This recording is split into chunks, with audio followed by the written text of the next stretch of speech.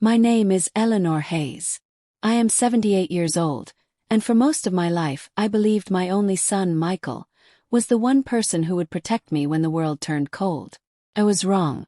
The night it happened, the evening air bit at my cheeks as I stood trembling outside my own house, a house I had built with my late husband's sweat and my sacrifices. I inserted my key into the lock, only to find it wouldn't turn. Again and again I twisted it, my hands shaking, my heart thumping. The metal scraped uselessly. Then, from inside, I heard the laughter of my son and his wife. They were drinking wine in my kitchen as if I were the intruder. When I knocked, the laughter stopped. The door opened slightly, just enough for Michael to poke his head out. His expression was cold, eyes flat. "Mom," he said with a voice that made me feel like a stranger, "you can't stay here anymore. You've changed the locks. You need to find somewhere else to go." The words sliced deeper than any knife. Before I could respond, the door shut in my face. I banged, I begged, I cried, but my son, my own flesh and blood, did not open the door. The rain began to pour, drenching me as I stood under the dim porch light, feeling the life I had built crumble beneath my feet. My body shivered from the cold, but my heart froze from the betrayal. That night, I sat on the curb with only my purse, feeling smaller than ever. I had nowhere to go, no one to call. Every neighbor I had known for decades kept their curtains drawn, pretending they didn't see me. I wanted to collapse and never rise again. But something inside me snapped, not from weakness, but from a strength I had forgotten I possessed. As the rain washed my tears away, a thought sparked in my mind, a thought so powerful it lit a fire in my chest. They may have locked me out of my house, but I still had something they didn't know about. Something they would never expect. By morning, I made a call to someone I hadn't spoken to in years. My lawyer. And that was the moment the tides began to turn. They thought they had won. Oh, how wrong they were. Because if they could change the locks to keep me out of my home, I could change the will to keep them out of my life. But they had no idea what was coming. And neither did I, until one shocking discovery nearly changed everything. What would you do if your own child betrayed you like this? Comment below and tell me where you're watching from. Stay with me because what happened next will leave you speechless. The sun rose sluggishly the next morning, dragging its golden light across the wet streets as I sat in a diner, sipping on coffee I could barely taste. My clothes were still damp, and my bones ached from the night spent on a cold bus station bench. The waitress, a young woman with a kind smile, asked me if I was okay. Delight. I told her I was fine, even though my heart felt like shattered glass. As I stared into my cup, memories of Michael as a little boy flooded my mind.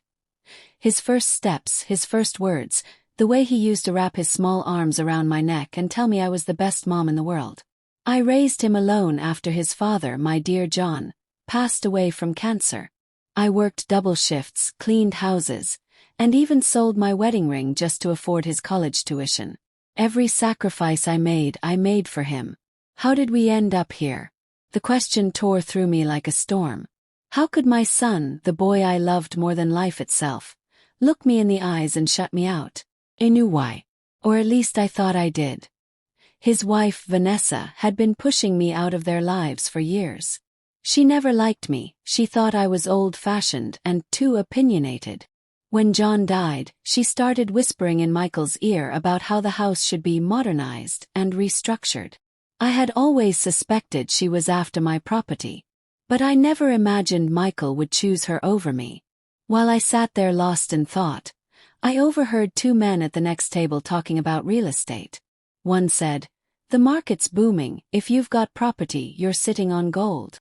That's when it hit me. My house wasn't just a home. It was worth a fortune. Michael knew that. Vanessa knew that. They didn't just want me out, they wanted me out permanently. The thought sent shivers down my spine. I picked up my phone and dialed the number of an old friend, my lawyer, Charles Martin. He answered with surprise. His voice warmed despite the years. "Eleanor. Goodness, it's been a long time. I need your help, Charles," I said, my voice trembling. "It's about my will." There was a pause, then he said, "Tell me everything." I met Charles later that day. His office smelled of leather and old books, just as I remembered. I told him everything, from the locks to the cold laughter to the rain. He listened quietly, his jaw tightening with every word. "Eleanor," he said finally, "you still have full ownership of the house. No one can take that from you without your consent. And as for your will, you're free to change it as you wish." His words were like a lifeline. I felt a flicker of power returning to me. "Charles," I whispered, "I want to remove Michael from the will. Every cent, every piece of property. I want it to go to someone who deserves it." He leaned back in his chair, studying me. "Are you sure about this? Once you do it, there's no going back." I thought about Michael's face as he shut the door on me. I thought about the laughter behind those walls. My heart hardened. "Yes, I'm sure." Charles nodded and began preparing the documents.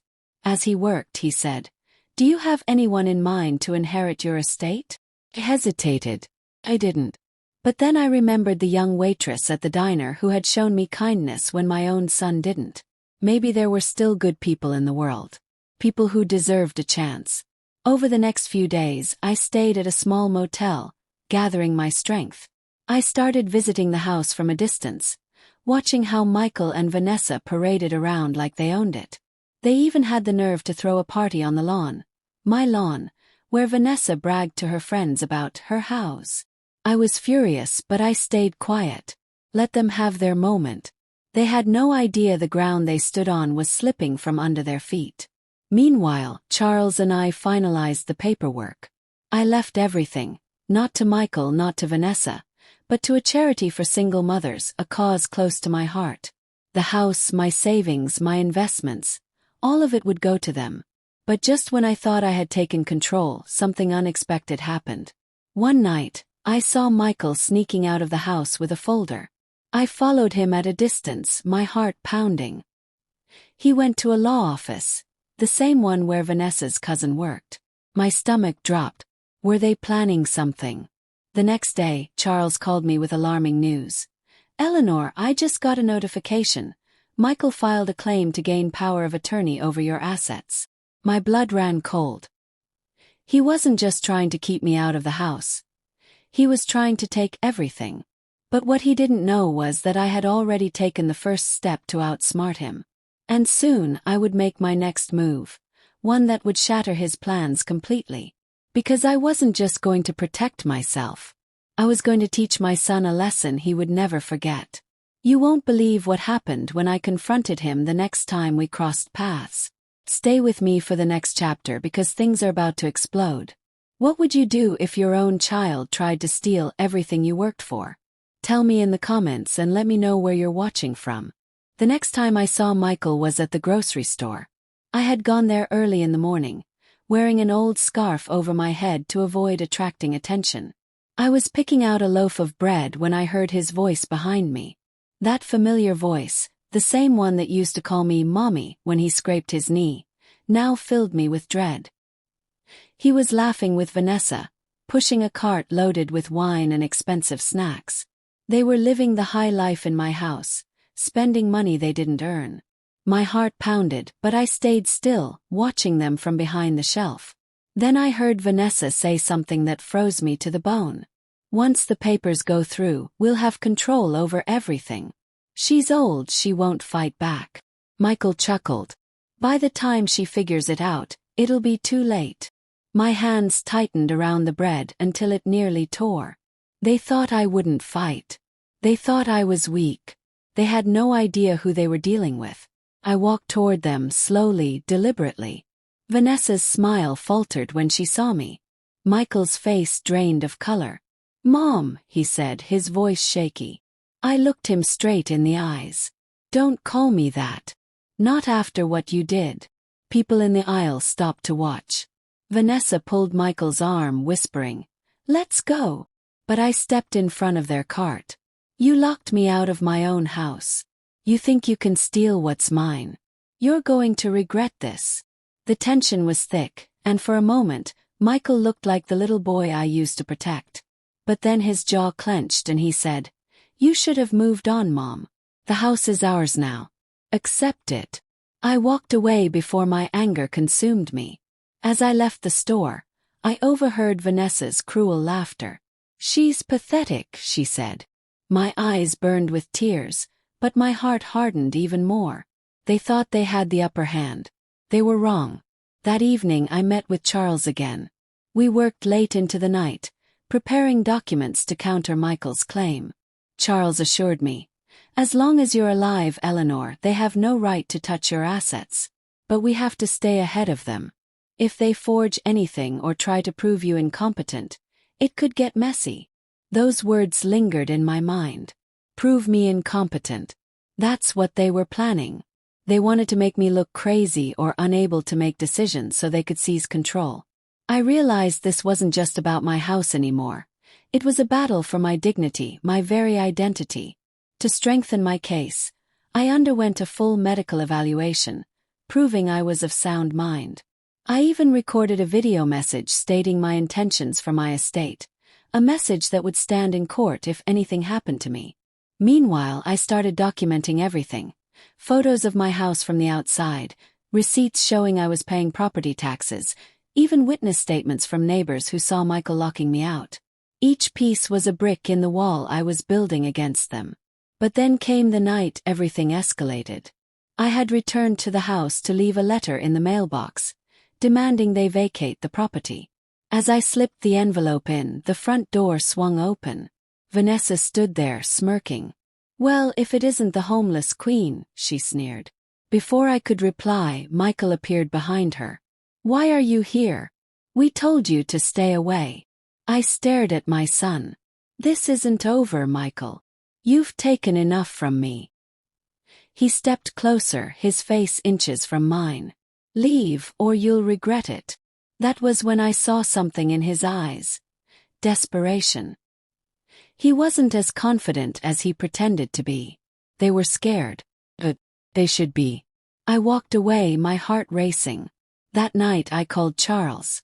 "It's time," I said. "File the documents. I'm cutting them out completely." Charles agreed but warned. "This will enrage them. Be prepared for backlash." He was right. The next morning I received a message from an unknown number. "You'll regret crossing us." My hands trembled, but I smiled. They were panicking, and that meant my plan was working. Days later I returned to the diner. The same young waitress, Emily, served me again. She asked why I looked so tense. For some reason, I opened up to her, telling her everything.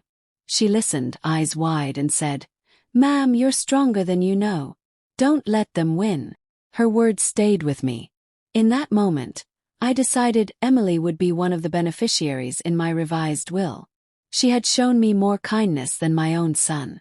But just when I thought I was ahead, Michael and Vanessa made a move so shocking it nearly broke me. They filed a false report to Adult Protective Services, claiming I was mentally unstable and living in unsafe conditions. I was investigated. People came to question me, to inspect where I stayed. I passed every test, but the humiliation cut deep. Still, I didn't give up. If they wanted to play dirty, so could I. I started digging into their finances, their dealings. And what I found would turn this battle upside down. Because Vanessa wasn't just after my house. She was hiding something that could destroy her. And when I exposed it, everything would change. What secret do you think I discovered? Stay tuned for the next chapter, because the storm is only beginning. Tell me, what would you do if your own child tried to have you declared insane just to take what's yours? Share your thoughts and where you're watching from. The papers trembled in my hands as I read through the report I had uncovered. It was late at night, the motel room dimly lit by the flickering lamp on the nightstand. Charles had called me earlier saying, "Eleanor, I think we've found something big." I rushed to his office, and what he handed me nearly made me collapse. Vanessa had been secretly siphoning money from Michael's accounts. My accounts, technically, since much of what he had came from me. She was laundering funds through a fake charity, one that existed only on paper. She had even taken out loans in Michael's name, forging documents to make it look like he agreed.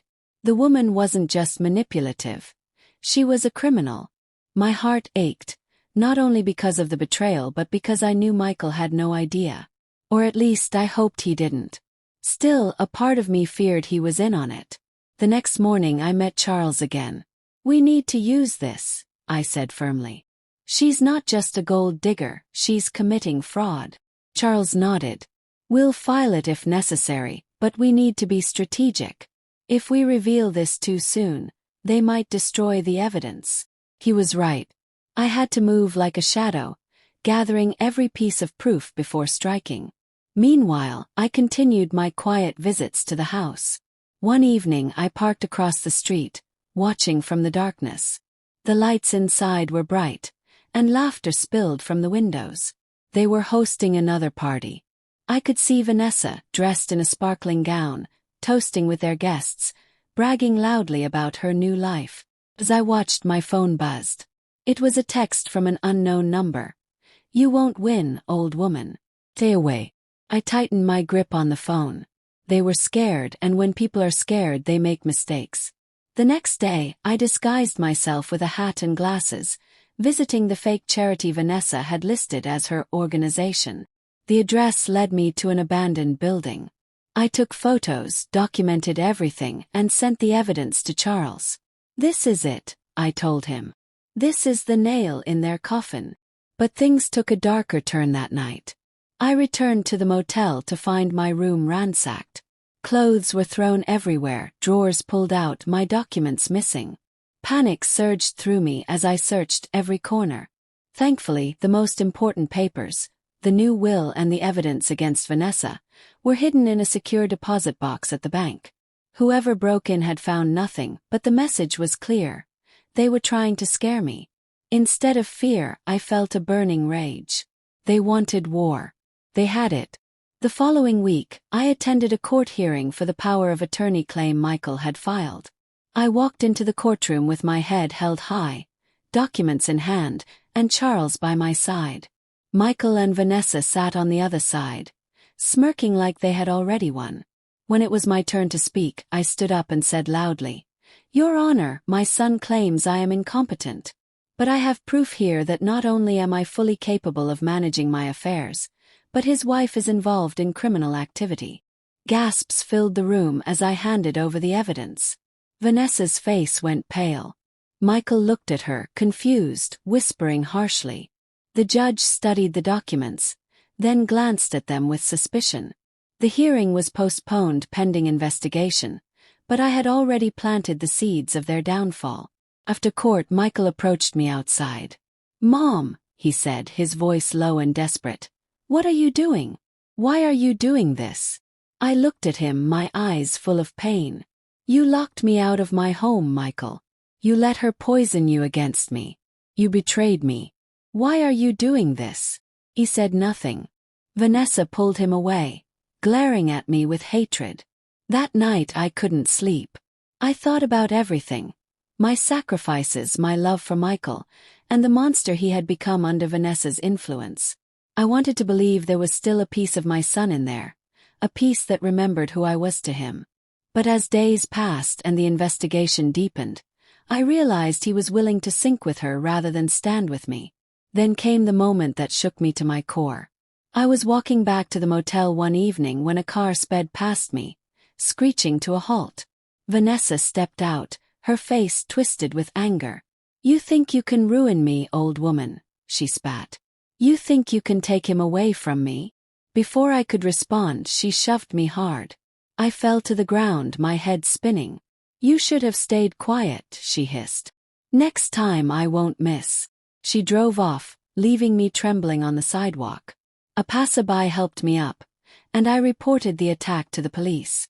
But Vanessa was smart. There were no cameras, no witnesses who could confirm it was her. The next day, Charles urged me to be careful. "Eleanor, they're getting desperate. They might do something worse." I smiled faintly. "Let them try. I'm not afraid anymore." And I wasn't. Because the will was finalized, the evidence was secure, and my plan was nearly complete. But just when I thought I was safe, a shocking letter arrived in the mail, one that revealed a secret about Michael's past I never knew. A secret that would change everything about this battle. What was in that letter? You'll find out in the next chapter, and trust me, it's something you won't see coming. What do you think Vanessa's next move will be? Comment below and tell me where you're watching from. The letter came in an unmarked envelope, slid under the door of my motel room early in the morning. I nearly dismissed it as junk until I saw my name handwritten across the front. Inside was a single sheet of paper, no signature, just a few words that froze my blood. Ask Michael about the loan he took against your house 5 years ago. He never paid it back. My hands shook as I read it over and over. 5 years ago. That was long before Vanessa came into the picture. Could it be true? My mind raced back to the days after John's death, when Michael had been struggling to find work. I remembered giving him money, helping him through school, even signing a few papers he said were routine. Had he tricked me even then? Called Charles immediately. We need to check if there's been a lien or hidden mortgage on the house, I told him. Within hours he called me back, his voice tight with anger. Eleanor, the letter was right. Michael forged your signature on a loan document. He used the house as collateral. He's been hiding this for years. I sank into the motel chair, clutching the phone like a lifeline. My son hadn't just betrayed me now. He had been betraying me for years. That afternoon, I walked to the bank with Charles to retrieve the evidence from my safe deposit box.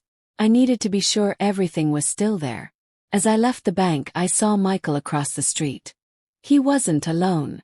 Vanessa was with him, and they were arguing fiercely. I ducked behind a parked car, listening. You said this would be easy. Vanessa snapped. I didn't know she had a lawyer. Michael barked back. You think I wanted this to blow up? She's stronger than we thought. Then make her stop. Vanessa hissed. Do something before she ruins us both. They stormed off, and I stayed hidden until they disappeared. My heart ached. There was still a part of me that wanted to believe Michael was being manipulated. But the forged loan, the lies, those were his choices. That night, I wrote a letter of my own, addressing it to Michael. I poured my heart onto the page, telling him how much I loved him, how much I had sacrificed, and how deeply he had hurt me.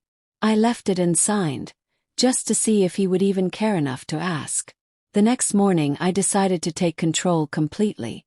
I hired a private investigator to dig into Vanessa's criminal dealings and Michael's financial history. Within days, the investigator returned with a file thick enough to make my stomach turn.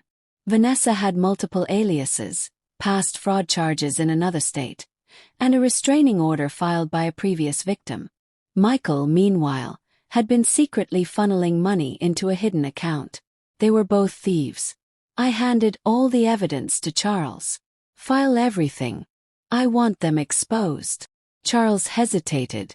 Eleanor, if we do this, there's no going back. Your relationship with Michael will be destroyed forever. I took a deep breath. That relationship was destroyed the day he changed those locks. As the court investigation picked up, the pressure on Michael and Vanessa mounted. I stayed quiet, letting the legal process play out. But my enemies weren't quiet. They grew desperate. One night, I returned to the motel to find a threatening message sprayed on my door.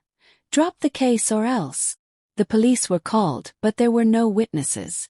The officer advised me to stay somewhere safer. Charles insisted I move into a secure location, so I stayed in a gated community under a friend's protection. Still, the fear lingered. A week later, the court summoned both sides again. This time, I walked in with my head high and a file full of evidence. Michael looked worn out, his eyes hollow. Vanessa was furious, whispering frantically to her lawyer. The judge reviewed the new documents, his expression growing darker with every page. These allegations are serious, he said sternly. Mrs. Hayes, your evidence is compelling. We'll need to open a criminal investigation into the fraudulent activities listed here. Vanessa exploded. This is a setup. She's lying. The judge slammed the gavel. Order. Mrs. Hayes has every right to protect her estate. This court will not tolerate intimidation or fraud. Michael sat silent, staring at the floor. When the hearing adjourned, I walked past them. Vanessa hissed, "This isn't over." I leaned in, my voice calm but firm. "You're right. It's not over. It's just beginning." But the real shock came later that night. I received another anonymous message, this time with a photo attached. Michael sitting alone in a bar, head in his hands, drinking heavily. The text read, "He's losing everything. Do you still want to finish him?" For the first time I hesitated. Despite everything, he was my son. Did I want to destroy him completely? Or did I still hold on to a shred of hope he could change? Before I could decide, the investigator called me with breaking news. Vanessa was planning to flee the country with all the hidden money. She was going to leave Michael behind. The revelation hit me like a storm. My son was about to be abandoned by the very woman he had betrayed me for.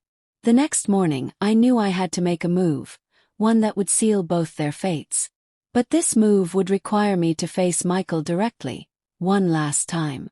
You won't believe what happened when I confronted my son and revealed Vanessa's plan. Changed everything in ways I never expected. What would you do? Save your child or let them face the consequences of their choices? Stay tuned for the next chapter, because the confrontation will leave you breathless. Share your thoughts and where you're watching from. The day I chose to confront Michael, the sky was heavy with gray clouds, as if the heavens themselves were bracing for the storm that was about to unfold. My hands trembled slightly as I clutched the folder of evidence, not because I was afraid of him, but because I feared what the truth would do to whatever was left of our relationship. I knew he was at the house alone. Vanessa's car was nowhere to be seen. I walked up the driveway, my steps steady, my heart pounding. When I reached the door, I knocked loudly. After a few seconds, Michael opened it. His eyes bloodshot, the smell of alcohol clinging to him. "Mom," he said hoarsely, "what are you doing here?" "I came to save you from yourself," I replied coldly. He frowned. "Save me? You're the one destroying me. You're taking everything from me."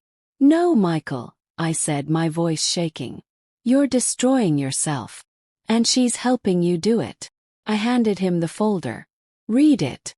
He opened it with shaky hands. Inside were photos, bank statements, proof of Vanessa's secret accounts, her criminal record, her plan to flee the country. I watched as his face went from confusion to shock, and then to devastation. She's leaving me," he whispered. "Yes," I said. "She's been using you. You betrayed me for a woman who was only ever after my money. And now she's going to disappear with everything." He staggered back, sitting on the stairs, clutching his head. "I didn't know. I thought she loved me." I knelt down, my voice softer now. "Michael, love doesn't make you hurt the people who raised you. Love doesn't make you lock your mother out of her home in the rain." Tears welled in his eyes. For the first time in years, he looked like my son again. But my heart was conflicted. Was this guilt real, or just fear of losing everything? Before he could answer, the front door swung open, and Vanessa walked in, her suitcase in hand. She froze when she saw me. "What the hell is she doing here?" she spat. Michael stood, holding up the papers. "Is it true? Were you planning to leave me?" Vanessa's eyes darted to the folder. Her face hardened. "So the old hag told you?" Yes, I was leaving." "You're pathetic, Michael." "I only stayed because of the money." The words hit him like a slap. His hands trembled as he dropped the folder. "Get out," he said, his voice trembling. Vanessa laughed cruelly. "Oh, I'll leave. But I'm taking what's mine." She tried to grab her suitcase and storm out, but I blocked the door. "You're not taking a dime that isn't yours," I said firmly. Her eyes narrowed with hatred. "You'll regret this." She shoved past me, but before she could leave, police sirens wailed outside. Officers rushed in, arresting her on charges of fraud and theft. I had filed the evidence earlier that morning. Vanessa screamed as they dragged her away, shouting curses that faded into the distance. Michael sank to the floor, sobbing. I stood there, watching him, torn between anger and pity. "Mom," he whispered, his voice cracking. "I'm sorry. I'm so sorry." I wanted to forgive him. I wanted to hold him like I used to when he was a little boy. But the scars were too deep. "I warned you," I said quietly. "Some mistakes can't be undone." The police left, and Michael sat in silence, broken. I turned to leave, my steps heavy. As I reached the door, he called out, "Please, don't cut me out of your life." I paused, my hand on the doorknob. "Michael, you locked me out first." And with that I walked away. Over the next few days, the media picked up Vanessa's arrest. Her crimes were all over the news. Michael tried to call me several times, but I didn't answer. Instead, I focused on finalizing the legal changes with Charles. The house was now legally secured under my name with protections that made it untouchable. The will was finalized, removing Michael entirely. But as I signed the last paper, my hand hesitated for just a moment. I thought about whether I was doing the right thing. Was cutting my son out of my life justice, or was it revenge? Before I could answer that question, I received a letter from the court. Michael had filed an emergency appeal to stop me from disinheriting him. He was still fighting. The battle wasn't over. It was about to get uglier than ever. And this time there would be no mercy. What do you think? Should I give my son another chance, or should I let him face the consequences of his actions? Comment below and tell me where you're watching from, because in the next chapter, the fight reaches a point where someone will lose everything. The emergency appeal hearing was scheduled for a rainy Thursday morning. The sky poured like it was cleansing the earth, but inside me there was no cleansing, only the storm. I arrived at the courthouse early, dressed in the navy coat John once bought me, clutching my evidence folder like a shield. Charles was waiting by the entrance, his face grim. "They're coming at you hard this time," he warned. "Their lawyer is aggressive, and Michael, well, he's desperate." Desperate was an understatement. When Michael walked in, his eyes were sunken, his hair disheveled. Gone was the arrogant man who had locked me out. What stood before me was a shell. Yet I couldn't let my heart soften. Not now. The hearing began with Michael's lawyer painting me as an unstable old woman acting out of spite. I sat silently, my hands folded, letting them spew their lies. When it was my turn, Charles rose and presented the mountain of evidence. Vanessa's crimes, the forged loan, the threatening messages, even the police report about her attack on me. The courtroom fell silent as everything unfolded like a tragic play. Then the judge turned to me. "Mrs. Hayes, do you have anything to say before I make my ruling?" I stood, my voice steady despite the emotions swirling inside me. "Your Honor, I am not here out of spite. I am here because my son betrayed me. I gave him everything. A home, love, sacrifices he will never understand. And he repaid me by locking me out, by trying to declare me incompetent, by choosing greed over family. I may forgive one day, but I will not let betrayal go unpunished."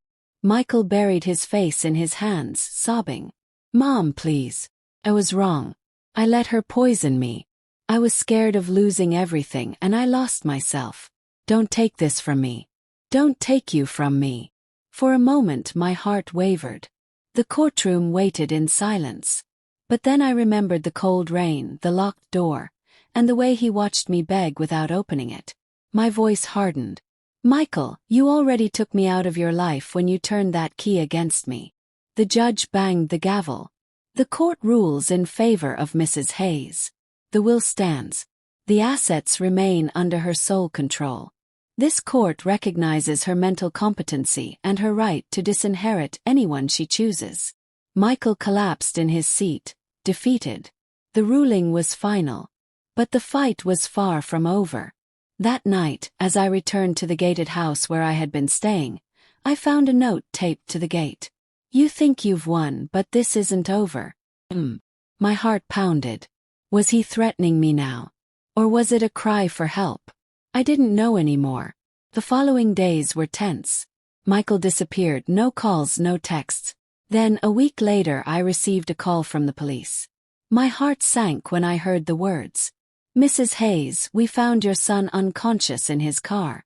Possible overdose. He's in the hospital." The room spun.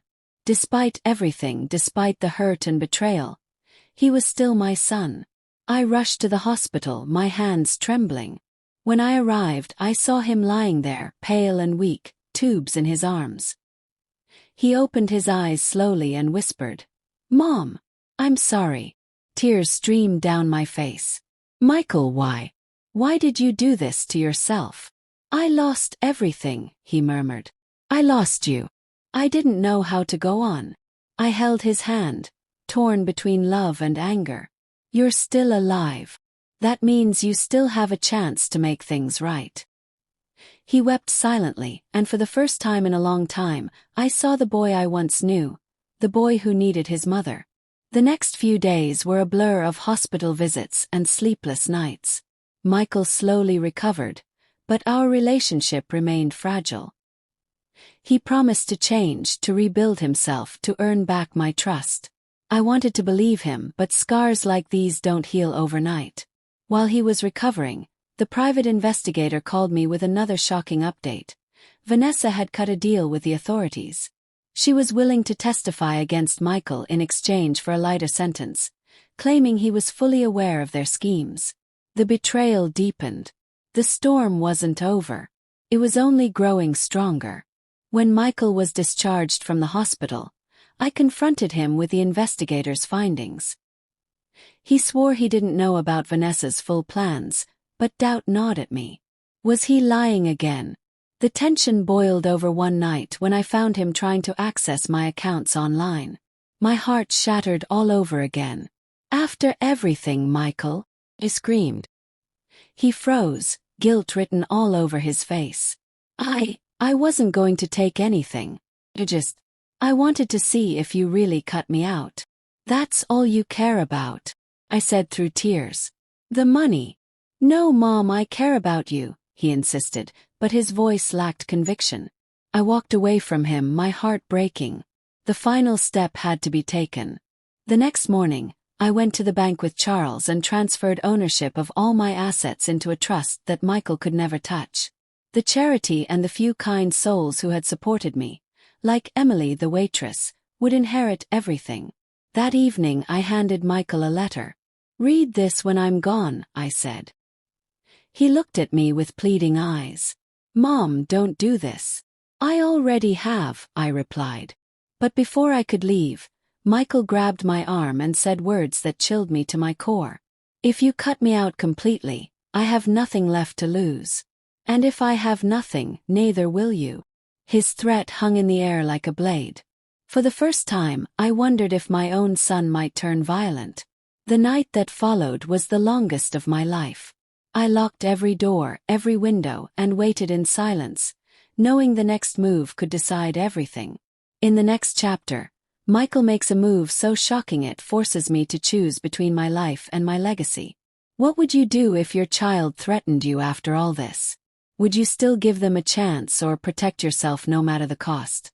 Comment your thoughts and tell me where you're watching from.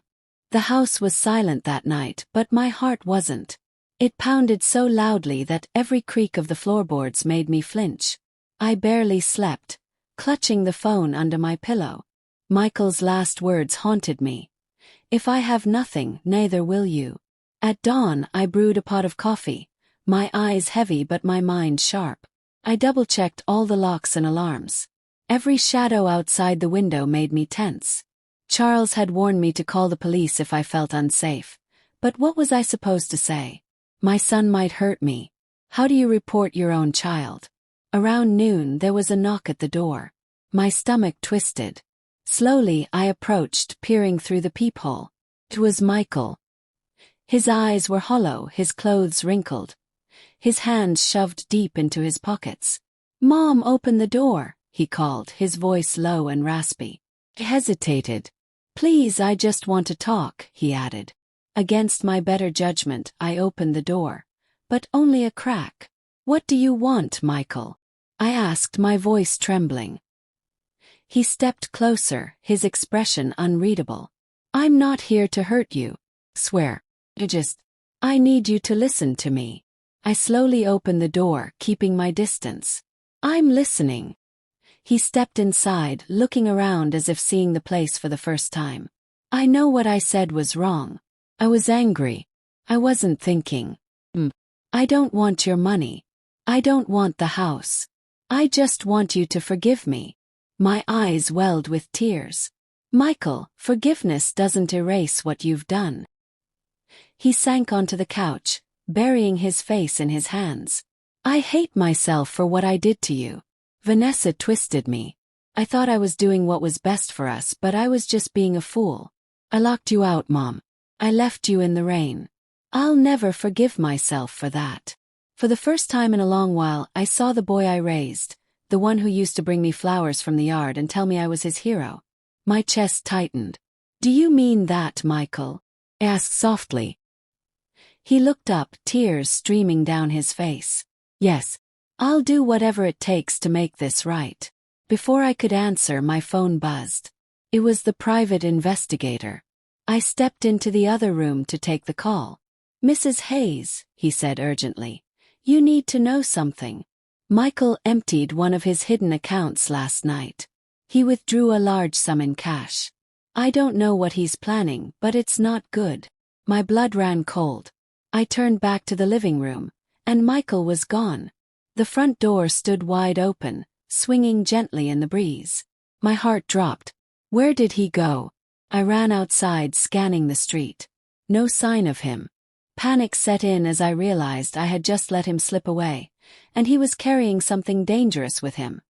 Desperation. Hours passed with no word. Then, as night fell, I received a chilling text. "Meet me at the old house. No police. No lawyers. Just you and me." Froze. The old house was the home where I had raised him, the place that started this war. Why there? My instincts screamed at me not to go, but something stronger pulled me toward it. Maybe it was hope that I could finally end this, one way or another. I called Charles. "If you don't hear from me in an hour, call the police," I said. He protested, but I hung up. When I arrived, the house was dark except for a single light in the living room. I stepped inside cautiously. Michael stood there, holding an envelope. "This is everything I have left," he said, his voice trembling. "The money, the documents. I'm giving it all to you. Just please don't cut me out completely." I approached slowly, my eyes scanning him for any sign of a trap. "Why now?" "Because I realized I can't win against you, Mom. I don't want to. I just want my mother back." For a moment, we stood there in silence, the years of pain hanging between us like a ghost. I reached out, my hand trembling, and took the envelope. "Michael, I want to believe you. But if you ever betray me again, there will be no coming back." He nodded, tears falling. "I understand." We left the house together, but as we reached the driveway, headlights suddenly blinded us. A car screeched to a stop, and before I could react, Vanessa stepped out, her face twisted with rage. "You think you can ruin me and just walk away?" she screamed, pulling something from her bag, a gun. Time froze. Michael stepped in front of me. "Vanessa, don't," he shouted. She aimed the gun at us, her hands shaking. "You took everything from me. Now I'm taking it back." The sound of the gunshot shattered the night. Who was hit? Did Michael survive? Did Vanessa succeed in her final act of vengeance? You need to hear what happened next because it will change everything you thought you knew about this story. Tell me, what would you do if you were in my shoes at that moment? Comment your thoughts and where you're watching from. The gunshot echoed through the night like a thunderclap. For a moment, I thought the world had stopped. I clutched my chest, expecting pain, but it wasn't me who fell, it was Michael. He collapsed to the ground with a groan, his hands clutching his side where blood quickly spread across his shirt. "Michael!" I screamed, dropping to my knees beside him. My hands pressed against the wound, trembling. "Stay with me, baby, stay with me." Vanessa stood frozen, the gun shaking in her hands. Her eyes were wide, her chest heaving. I didn't mean to. I was aiming at you," she cried out. Michael coughed, his voice weak. "Mom, don't let her get away." In that moment, something inside me snapped. I stood, rage boiling through me like fire. "You tried to kill me, Vanessa. You tried to take everything from me, and now you've shot my son. You're going to pay for this." Before Vanessa could react, sirens pierced the night. Blue and red lights flashed across the yard. She panicked, dropping the gun as officers swarmed in. "She's lying. She set me up." Vanessa screamed, but the police weren't listening. They tackled her to the ground, cuffing her hands as she thrashed and screamed obscenities. "Ma'am, are you hurt?" one officer asked me as paramedics rushed to Michael. "I'm fine," I said through tears. "Help my son. Please help him." The paramedics worked quickly, stabilizing Michael and loading him into the ambulance. I climbed in beside him, gripping his hand as the sirens wailed and the vehicle sped toward the hospital. His eyes fluttered open briefly and he whispered, "Mom, I'm sorry for everything." "Don't talk," I said, choking back sobs. "Save your strength." Hours later, I sat in the cold hospital waiting room, my hands clasped so tightly they ached. Every minute felt like an eternity. Finally, the surgeon emerged. "He's stable," the doctor said gently. "The bullet missed his major organs. He's lucky to be alive." I broke down in tears, thanking God. When I was allowed to see him, he looked pale but alive, his eyes heavy with exhaustion. "You saved me," he said faintly. "No," I whispered, brushing his hair back. "You saved me when you stepped in front of that bullet." Over the next few days, Michael slowly recovered. The police built their case against Vanessa, who was charged with attempted murder, fraud, and multiple counts of theft. Her empire of lies crumbled overnight. But while Vanessa faced justice, Michael faced his own reckoning. The investigators uncovered proof that he had been complicit in some of her schemes, signing documents he claimed he didn't understand. He wasn't innocent, but he wasn't beyond saving either. I visited him every day in the hospital. We talked, not about the house, not about money, but about us. About the years we lost, the love that had been buried under greed and anger. He cried more than once, apologizing over and over. And slowly, the walls I had built around my heart began to crack. When he was discharged, I told him, "You can stay with me, but there are conditions. You will rebuild your life from the ground up. No lies, no shortcuts. And the house, it stays under my name." He nodded, tears in his eyes. "I don't care about the house anymore, Mom. I just want you." For the first time in months, I felt a fragile peace settling over me. But peace is never permanent, especially when wounds run this deep. One night, as I was preparing tea, Michael approached me with something in his hand, a key. "This was the key I took from you the night we changed the locks," he said, placing it on the table. "I want you to have it back." My eyes filled with tears. "Michael, I don't deserve forgiveness," he said, "but I hope one day I'll earn it." Just as I was about to respond, my phone buzzed with a message from Charles. It was urgent. "We need to meet immediately. There's been a development with the will." My heart sank. What now? I thought everything was finally settling, but life had other plans. When I met Charles the next morning, he looked uneasy. "Eleanor, I just received word that Michael is contesting the new will again." My heart shattered all over again. "After everything. After he nearly died." Charles nodded grimly. "He claims you're being manipulated. He's hired a new lawyer." I felt the room spin. Betrayal had returned, and this time it cut even deeper. That evening I confronted Michael. He didn't deny it. "I'm not doing this for me," he said quietly. "I'm doing it because I'm scared of losing you again. That trust. It feels like you're cutting me out forever." My voice trembled with anger. "Michael, you promised me you wouldn't fight me anymore." "I know," he said, tears streaming. "But I can't stop. I'm afraid, Mom. Afraid you'll die hating me." His words tore at my soul, but I knew I couldn't let fear dictate my choices. In the next chapter, the final confrontation will decide everything. My legacy, my son's future, and whether love can survive betrayal. What would you do in my place? Protect your heart or give your child one last chance? Comment your thoughts and tell me where you're watching from. The morning of the final hearing was the most nerve-wracking day of my life. The rain had stopped and the sky was clear, but inside me there was a storm raging.